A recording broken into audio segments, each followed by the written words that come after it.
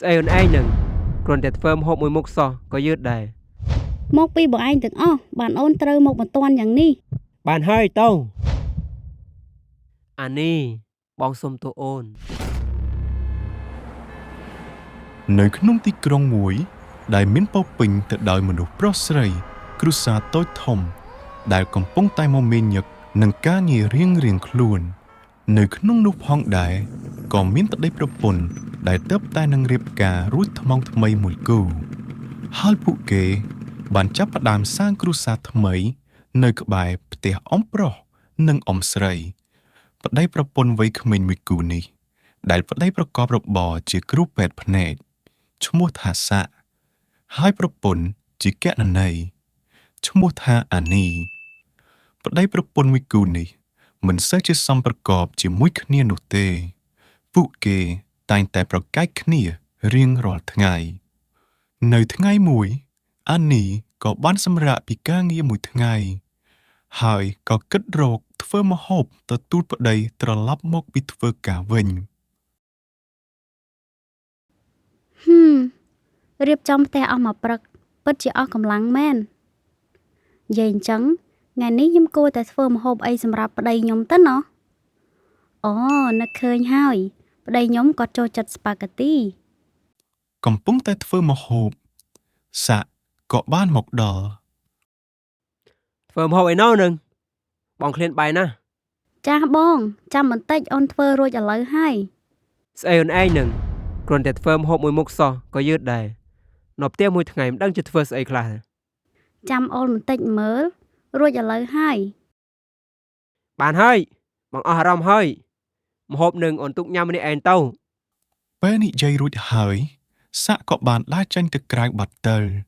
ទុកឲ្យប្រពន្ធនៅធ្វើម្ហូបម្នាក់ឯងលុះល្ងាចឡើង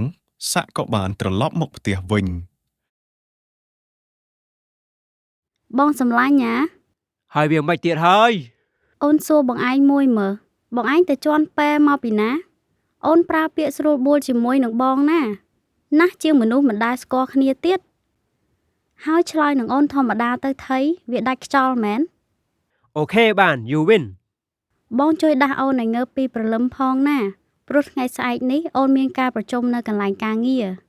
អូខេមិនអីទេពួកគេក៏បានគេងលក់ទាំងអស់គ្នាទៅលុះព្រឹកឡើងពួកគេបានក្រោកពីគេងមកយឺតទាំងអស់គ្នានោះអានីក៏បាននិយាយទៅសាក់ថាមកពីបងឯងមិនដាស់អូនឥឡូវជិតដល់ម៉ោងអូនត្រូវប្រជុំហើយនេះប្រញាប់ឡើងទៅនៅរអ៊ូដល់ណាទៀត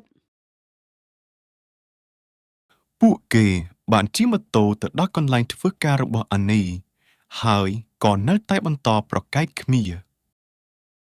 ឲ្យលឿនទៅប្រយ័ត្នប្រជុំមិនទាន់គេមកពីបងឯងទាំងអស់បានអូនត្រូវមកបន្ទាន់យ៉ាងនេះបានហើយទៅពីរនាក់នេះឲ្យតែមកដល់ដឹងតែប្រកែកគ្នារាល់តែថ្ងៃត្មងយ៉ាប់មែនសាក់ក៏បានចេញទៅកន្លែងធ្វើការរបស់គាត់ទៅនៅថ្ងៃដដែលនោះដែរអ៊ំប្រុសនិងអ៊ំស្រីក៏បានមកដល់មន្ទីរពេទ្យភ្នែកដែលជាកន្លែងរបស់នីសាក់ធ្វើការជំរាបសួរលោកអ៊ំទាំងពីរអញ្ជើញអង្គុយចុះសិនមកអ៊ំជំរាបសួរក្មួយតើលោកអ៊ំទាំងពីរអញ្ជើញមកនេះមានការអ្វីដែរគឺថាណែអ៊ំមុខនេះគឺចង់កាត់វ៉ែនតានឹងណាពីព្រោះភ្នែកពួកអ៊ំមើលអ្វីលេងសូវច្បាស់ហើយក្មួយតើលោកអ៊ំចង់កាត់វ៉ែនតាសម្រាប់ខ្លួនឯងឬសម្រាប់អ៊ំស្រីអូគឺអញ្ចេះទេពួកយើងចង់កាត់ទាំងពីរនាក់នៅក្នុងថ្ងៃនេះតែម្ដងលោកគ្រូគិតយ៉ាងម៉េចដែរដោយសារថ្ងៃនេះជាថ្ងៃទិវាសិទ្ធិនារីហើយលោកអ៊ំចង់កាត់ទាំងពីរនាក់ទៀតអញ្ចឹងខ្ញុំបញ្ចុះតម្លៃមកសល់ត្រឹមតែ 80,000 រៀលប៉ុណ្ណោះបើអញ្ចឹង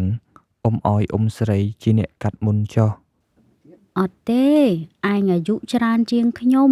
ឯងកាត់មុនខ្ញុំទៅឯងកាត់មុនខ្ញុំទៅពីព្រោះឯងត្រូវការធ្វើការងារផ្ទះច្រើនជាងខ្ញុំឯងកាត់មុនខ្ញុំទៅក្មួយតើអ៊ំអាចកក់លុយទុកខ្លះបានអត់ក្មួយ តើអ៊ំចង់កក់ប៉ុន្មានដែរ ពួកអ៊ំចង់កក់លុយពាក់កណ្ដាលសិនបានទេក្មួយ បាទអ៊ំបាន ចាំពីសប្តាហ៍ក្រោយទៀតពួកអ៊ំនឹងមកម្ដងទៀត បាទលោកអ៊ំសូមជម្រាបលា 2 សប្តាហ៍ក្រោយមក 2 សប្តាហ៍ហើយមិនទាន់ឃើញអ៊ំទាំងពីរមកទៀត មួយសន្ទុះក្រោយមកអ៊ំទាំងពីរក៏បានធ្វើដំណើរមកដល់ ឯងខ្ញុំឲ្យឯងកាត់វ៉ែនតាមុនឯងមិនកាត់សោះ មិនអីទេឯងកាត់វ៉ែនតាមុនខ្ញុំទៅ អូអ៊ំទាំងពីរមកដល់ល្មមអញ្ជើញអង្គុយចុះសិនមកអ៊ំ លោកគ្រូពេទ្យសូមលោកគ្រូពេទ្យជួយកាត់វ៉ែនតាឲ្យប្រពន្ធខ្ញុំមុនមកលោកគ្រូ ប្តីខ្ញុំគាត់ស្រឡាញ់ខ្ញុំណាស់គាត់តែងតែផ្ដល់ឱកាសឲ្យខ្ញុំមុនរហូតហើយថែមទាំងនិយាយស្ដីផ្អែមល្ហែមដាក់ខ្ញុំឲ្យរាល់ថ្ងៃ ខ្ញុំមើលទៅអ៊ំទាំងពីរពិតជាស្រឡាញ់គ្នាណាស់ ពេលដែលនីសាបានកាត់វ៉ែនតាឲ្យអ៊ំស្រីរួចរាល់ហើយអ៊ំប្រុសក៏បានចូលមកម្ដងអ៊ំប្រុសបាននិយាយថា ថ្ងៃនេះពួកយើងបានវ៉ែនតាទាំងពីរនាក់ហើយ មើលទៅលោកអ៊ំទាំងពីរស្វៀតដល់ហើយខ្ញុំគួរតែរៀនពីអ៊ំទាំងពីរខ្លះហើយ បាទលោកគ្រូពេទ្យ កំឡុងពេលដែលនីសាកំពុងតែរៀបចំវ៉ែនតាជូនអ៊ំទាំងពីរនោះក៏ចាប់ផ្ដើមសួរខ្លួនឯងថា នេះឬជាជីវិតគូមើលទៅមានក្តីសុខណាស់កន្លងមកខ្ញុំបានប្រើជីវិតគូរបស់ខ្ញុំនេះខុសហើយឲ្យបងសុំទោសផងអានីអូនច្បាស់ជាលំបាកច្រើនណាស់ហើយកន្លងមកនេះវ៉ែនតារបស់អ៊ំរួចហើយអ៊ំប្រុស បាទលោកគ្រូហើយនេះគឺជាលុយដែលសល់ពីការកក់ថ្ងៃមុន មិនអីទេអ៊ំទុកវាប្រើប្រាស់ចុះចាត់ទុកថាក្មួយជូនអ៊ំថ្លៃដែលលោកអ៊ំបានមកបំភ្លឺភ្នែកក្មួយឲ្យឃើញនៅជីវិតសុភមង្គលនៅក្នុងគ្រួសារថាវាយ៉ាងម៉េច អរគុណក្មួយច្រើនណាស់